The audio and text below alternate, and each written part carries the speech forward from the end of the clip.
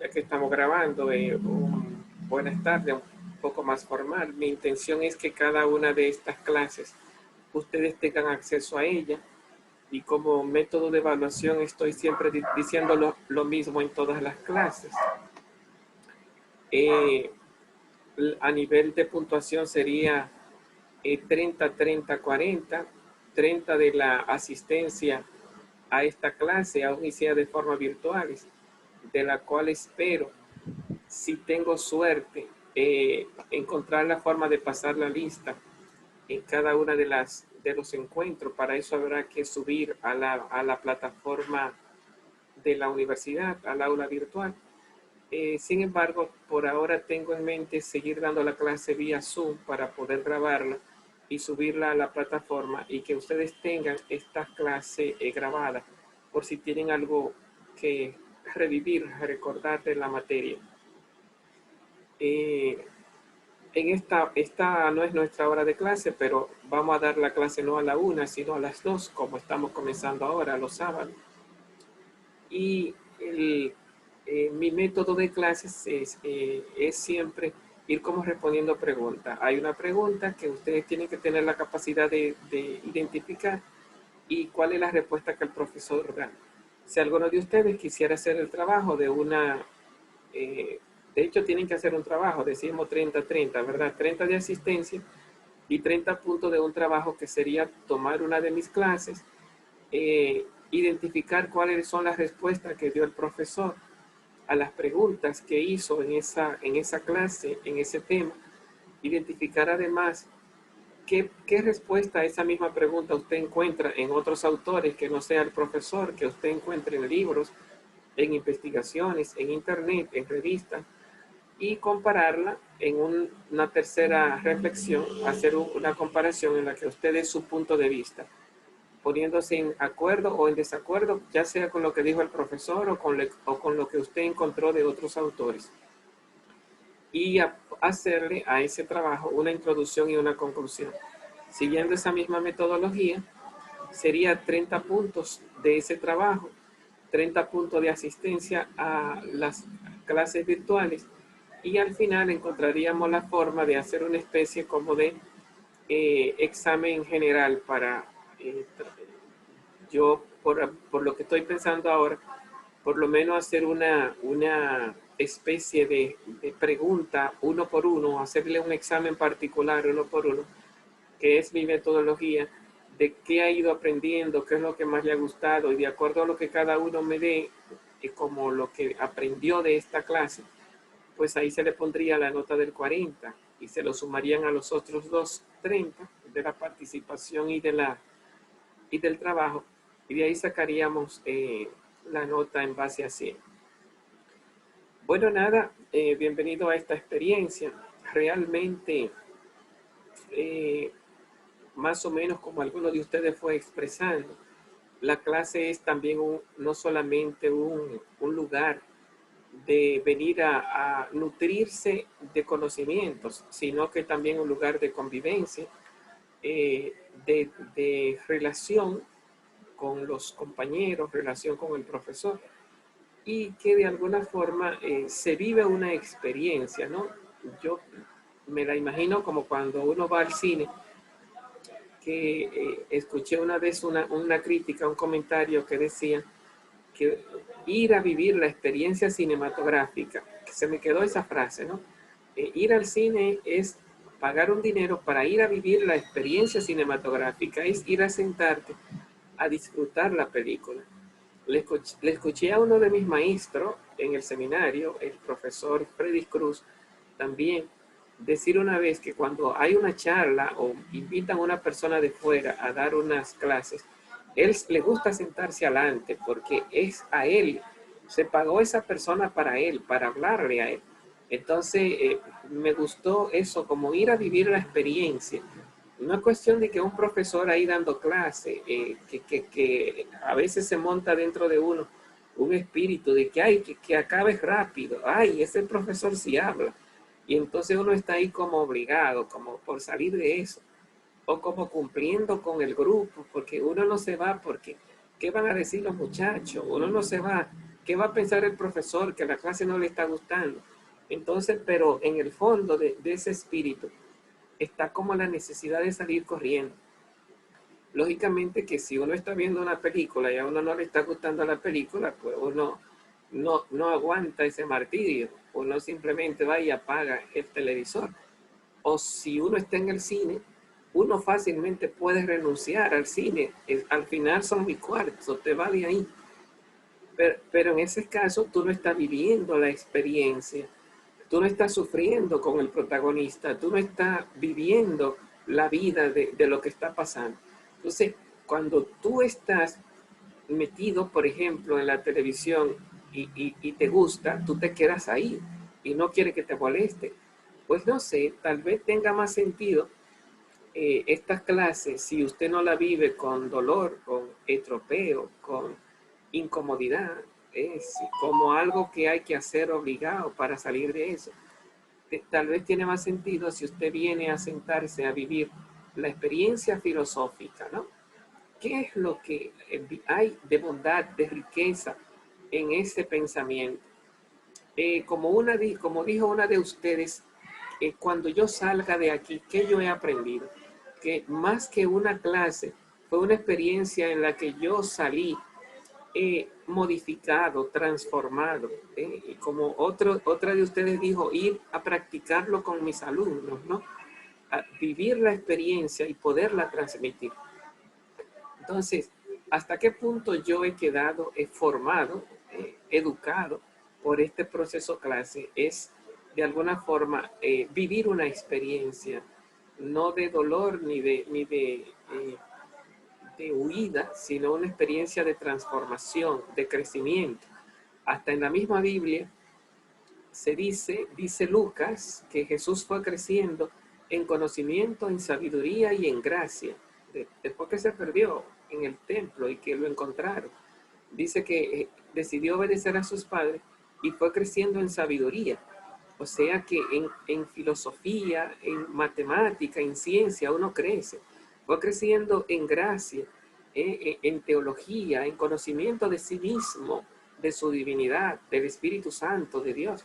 Y fue creciendo en estatura, en tamaño.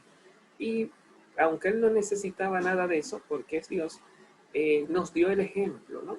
De que nosotros también tenemos que crecer. Y no solamente crecer si la clase es buena y el profesor es bueno, también hay que crecer si el profesor es malo y la clase no se entiende y el profesor es malo. Porque los buenos alumnos aprenden hasta del mal profesor. Aprenden por lo menos que es malo. Porque un estudiante malo ni siquiera se da cuenta que malo es el profesor. Muchas veces cree que el malo es que yo no entiendo. Y no se da cuenta que es que el profesor no se da a entender. Pero un buen estudiante está atento, ¿no? Y sabe hacer la pregunta adecuada. Yo recuerdo en el cuadro de bachillerato, una joven, que tiene que estar ya mujer con sus hijos, Wendy, no digo el apellido por no la vayan a identificar si alguno la conoce, comienza a tirarme un bombardeo de preguntas y claro, yo no tenía la respuesta. Pero yo no voy a decir que yo no sé, yo voy dando vueltas y al final oigo yo en ella como protesta, no sabe. Entonces me llegó ese no sabe, pero yo seguí dando vueltas. Pero realmente la pregunta, no recuerdo cuál era la pregunta, pero lógicamente que para la pregunta que ella tenía, en ese momento en que yo no estaba iniciándome como profesor, no tenía la respuesta. Hay que madurar mucho para uno decir delante de sus alumnos, yo no sé. Ya yo aprendí a decir, no, yo no sé. Ve, investígalo a ver si tú me puedes ayudar a mí también a saberlo. Pero es difícil cuando uno está comenzando porque uno está defendiendo la imagen de que qué van a pensar, que el profesor no sabe. Entonces uno es como un sábelo todo. Bueno, entonces en este mundo de lo que se llama la filosofía 2, la primera pregunta, después de esta primera panorámica que dijimos, ¿verdad?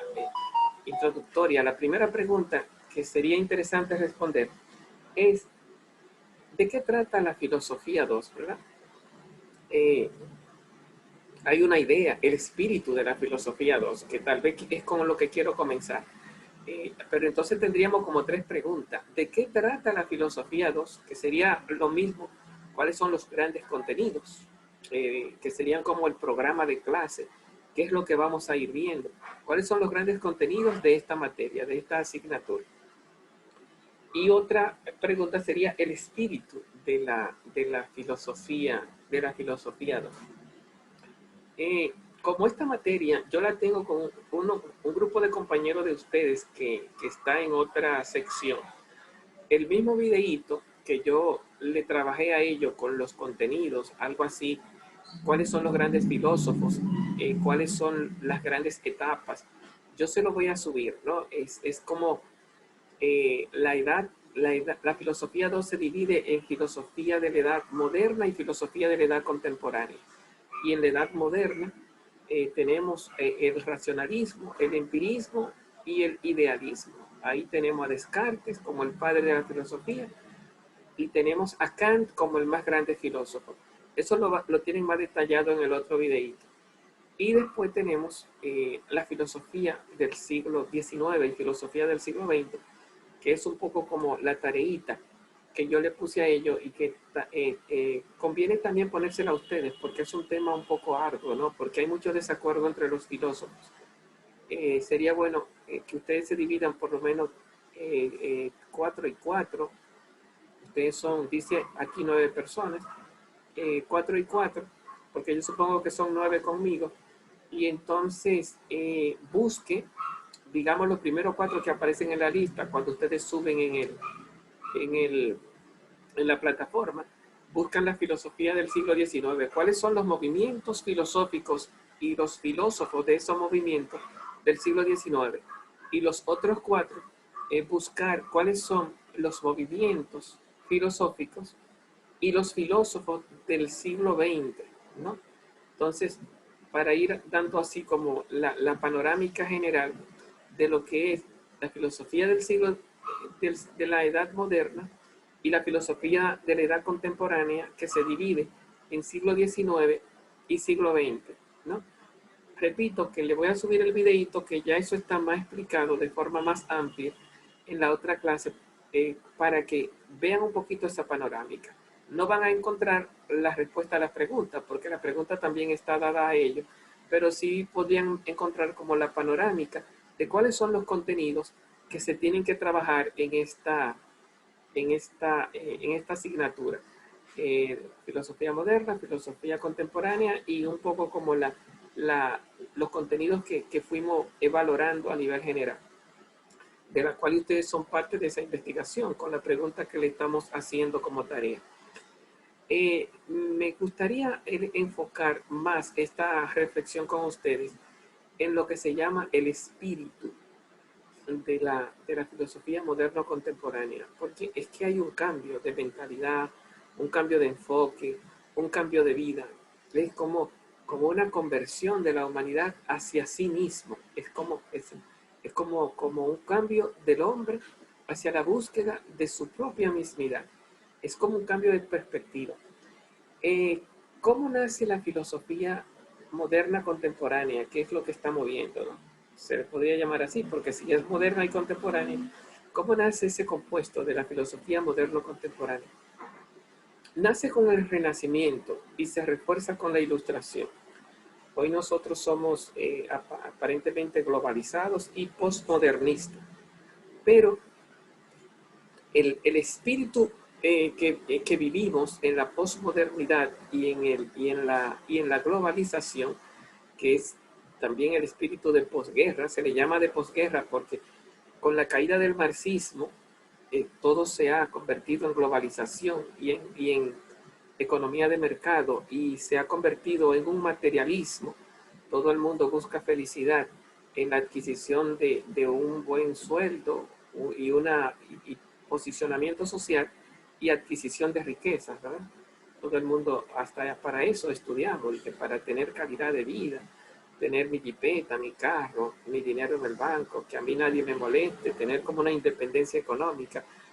Pero todo eso, todo ese montaje que tenemos de entender nuestra vida de forma independiente, yo no quiero ningún jefe, que a mí nadie me manipule, yo no quiero casarme, ya nuestros hijos ya no se quieren casar. Y si se quieren casar tiene que ser con un subordinado, alguien a quien someter y que sea como una especie de esclavo, porque yo no me voy a someter a nadie. Entonces es una especie de contrato que me sume y ese que me sume ellos sacar beneficios, sacar partido. En otras palabras, vivimos en una sociedad de autoservilismo, de autoservicio. Entonces, es como decía un profesor que yo tenía eh, en el bachillerato, decía nosotros, pero yo lo voy a llevar a la palabra yo. Dice, primero yo, segundo yo y tercero yo. Ahora, después de yo también. Entonces, no había forma, no había forma de escaparse como de ese yoísmo. Bueno, esa es nuestra sociedad y nosotros somos hijos de ese yoísmo, somos hijos de ese espíritu del servicio a mí mismo, del servicio al yo mismo. Siempre hemos sido así, la humanidad es así. Bueno, en parte sí, pero no por educación ni tampoco por estructura social. Es, cuando digo educación y estructura social, significa que a mis hijos le están hablando cuando van al colegio de los derechos del niño, de los derechos de la mujer. Y en esa educación también se le van transmitiendo el currículum oculto. ¿Qué es el currículum oculto? Los valores que los profesores profesan. No te dejes joder. Vive tu vida, alcanza tu sueño. Y eso nos lo vamos bebiendo por los medios de comunicación, por las películas, nos lo vamos bebiendo por lo que nos van diciendo nuestros maestros.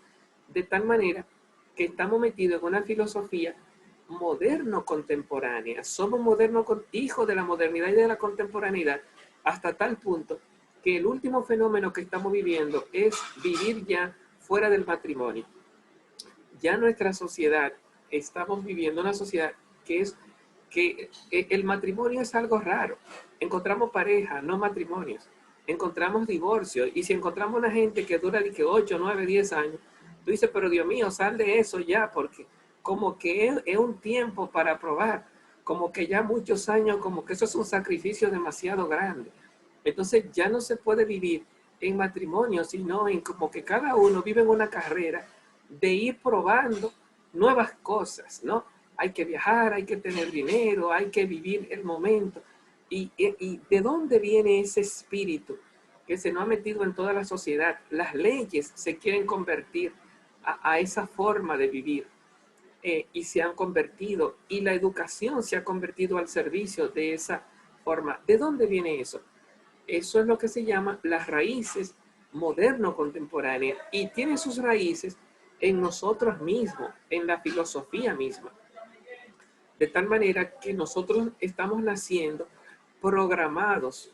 Por más que tú te digas que tú eres libre, tú estás programado, tú estás viviendo, sintiendo lo que la sociedad, lo que los demás, lo que los líderes sociales te han enseñado a pensar, a vivir, a entender, a conocer. A un indio no se le ocurría pelear por un pedazo de oro. Al contrario, si le daban un espejito, daba el oro y no le importaba.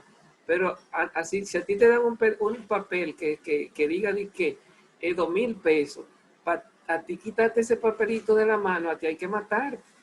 Y una proclama de justicia y una proclama de no sé qué. Entonces tú dirás, pero ven acá, ¿y de dónde nació ese papel? Hubo, así como cuando tú desentierras y encuentras oro, encuentra un mineral llamado 2,000 pesos. No, pero tú matas por 2,000 pesos. Eh, o te engríe o lleva esa herida por dentro, me robó, me engañó. Entonces, es como que la vida de nosotros está programada a lo que nos enseña, al valor del dinero, a cómo yo debo, cómo debe ser mi imagen ante el mundo para ser una persona exitosa, para ser una persona feliz. La televisión nos dice qué es ser feliz. Antes, por ejemplo, recuerdo el libro de Nietzsche que decía de Zaratustra, que es Zoroastro, de esa religión antigua de, de, del sol, de eh, aquel contemplador que está en la montaña, y que todo el mundo siempre en la filosofía hindú y en la filosofía oriental siempre miraba con respeto a esa gente que tenía el secreto del universo y que se aislaba a vivir una vida sola, en la tranquilidad de la naturaleza y a encontrar a Dios en el silencio de las montañas. Entonces, Nietzsche presenta a Zaratustra. No sé si Zaratustra sea el que estaba allá, pero bueno, creo que Zaratustra, que la palabra Zoroastro, Zaratustra viene de Zoroastro, que es un líder de la filosofía oriental, pero creo que el protagonista es Zaratustra, que llega donde este contemplador de la naturaleza y dice: Señor, ¿y qué usted hace? Viviendo así, solo, viviendo pobremente, y dedicándose a la naturaleza. Dice: estoy sintonizando con Dios. Y entonces Zaratustra se va pensando: pobre loco, no sabe que Dios ha muerto. El concepto de Nietzsche. Es como la sociedad de hoy. Si tú la invitas, di que hay que ir a la iglesia, hay que buscar a Dios, hay que vivir la vida. Entonces la gente te diría: bueno, está bien, pero yo no estoy en eso, ¿no? O sea, la gente no tiene ese espíritu de antes de ser un contemplador, un buscador. La gente lo que quiere es cuarto, dormir, buena cama, buena piscina, disfrutar, pagar Netflix. Es el consumo, ¿no? Y tú dirás: pero ¿y cuándo el ser humano cambió? ¿Cuándo el ser humano dejó de ser contemplador de la naturaleza, buscador de Dios, creador de grandes monumentos eclesiásticos, las grandes catedrales? ¿Cuándo el hombre cambió el arte en sensacionalismo, en gusto efímero, en rapidez, en velocidad? ¿Qué pasó? Todo eso comienza con Descartes. El padre de la filosofía moderna se llama Descartes. Bueno, en filosofía comienza con Descartes, porque antes de Descartes está el Renacimiento, que es el espíritu que rompe con lo de atrás y mete un nuevo espíritu. Con el Renacimiento, que era de que volver a lo griego y romper con la Edad Media, que es una época bellísima de campos, de caballería, de religión, de luchas, del amor a la dama, de las grandes novelas de caballería, todos esos 10 siglos que, si tú de alguna forma te acostumbras a verlo, entra como en un mundo novelesco muy fascinante. Si te acostumbras a verlo, todos esos 10 siglos fueron aqueroseados de golpe por lo que se llama los historiadores de la Ilustración y por los renacentistas. Y hoy día todavía nos llega ese asqueroseamiento. Un siglo de oscuridad, 10 siglos de oscuridad, 10 siglos en que no se podía pensar, 10 siglos en que la iglesia estaba ahí dominando con la casa de brujas, y si tú pensabas te perseguían y te decían que eso era herejía. Hay algo de verdad en el final, pero no es verdad que esos 10 siglos de historia fueron todos así. Es cuando uno estudia toda esa historia, hay toda una reconstrucción del pensamiento. Después de la caída del Imperio Romano y la entrada de los godos y los visigodos, ahí nadie sabía leer ni escribir. La iglesia fue la que comenzó a construir el pensamiento y a crear las primeras universidades. Al final terminó siendo déspota, pero eso no fue así en todo el proceso de crecimiento de los 10 siglos. Entonces, cuando tú entras, te das cuenta que hay toda una vida. Pero bueno, el hecho es que ya cuando encontramos a Descartes, que se le llama el padre de la filosofía moderna, ya el Renacimiento ha cerrado el mirar hacia atrás. Mirar para atrás es ir a la oscuridad. Tenemos que crear un mundo nuevo. No queremos ni teología, toda la Edad Media, ni filosofía, toda la Edad Antigua, sino que lo que queremos es lo nuevo. Y entonces llega Colón y descubre América y se descubre un nuevo mundo. Y aparecen pensadores como Nicolás Copérnico, Galileo Galilei, Kepler, que comienzan a decirle al mundo, no existen los astros de Aristóteles, la Tierra no es plana, la Tierra es redonda, no gira las estrellas alrededor de la Tierra, es la Tierra la que gira alrededor del Sol. Entonces, todo este mundo de la gente, de nueva gente, nuevas tierras, nuevos mares, los indios de América. A Europa se le abrió el mundo con el descubrimiento de América, con el descubrimiento de que la Tierra es redonda, con el descubrimiento de los 9 planetas, con la invención del telescopio que hizo Galileo y que comenzó a observar. Entonces, el siglo XV, hace apenas 500 años, ¿verdad? El siglo XV fue una época de muchas revoluciones para la gente que vivía en Europa, con el descubrimiento del Nuevo Mundo, el descubrimiento de los indios, el descubrimiento de que la gente vivía y no tenían esclavos. Los indios no tenían esclavos, no tenían reyes.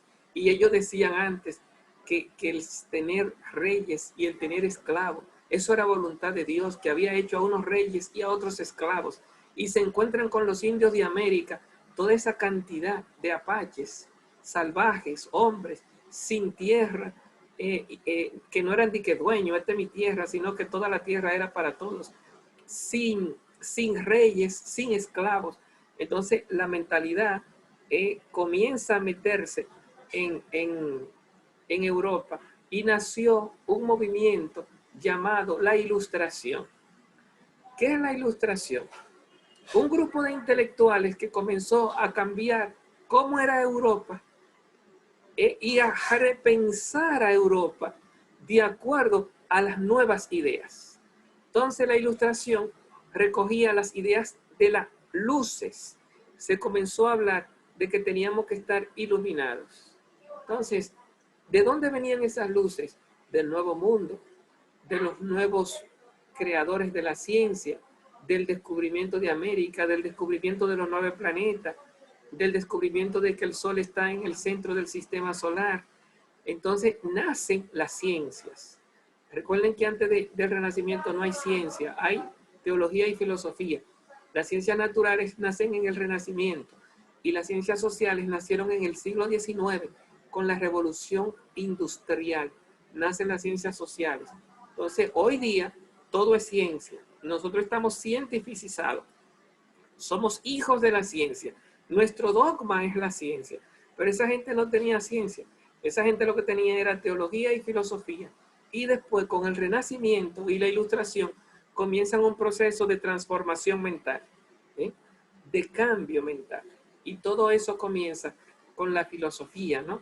Con los grandes filósofos que comienzan a reinventar el pensamiento de cómo tenemos que pensarnos y cómo tenemos que pensar la humanidad. Bueno, el tiempo se nos está terminando. Yo no quiero abusar porque en estas primeras clases solamente estoy dando una sola sección. Después, de acuerdo a las necesidades, podríamos llevarla a 2. Pero para empezar, yo creo que es suficiente. De que hemos ido trabajando hoy sobre el espíritu el espíritu de la filosofía moderno-contemporánea. Es un poco lo que he ido trabajando. ¿Qué lo explica, verdad? Ese nuevo espíritu. Recuerden que van entonces a tener 2 videos, este y el que le pasé al otro curso, para que vean la panorámica de qué es lo que vamos a tratar en esta materia. Bueno, pues cualquier pregunta la tiran por WhatsApp. Nos vemos Bye. la próxima Bye. semana. Adiós, adiós.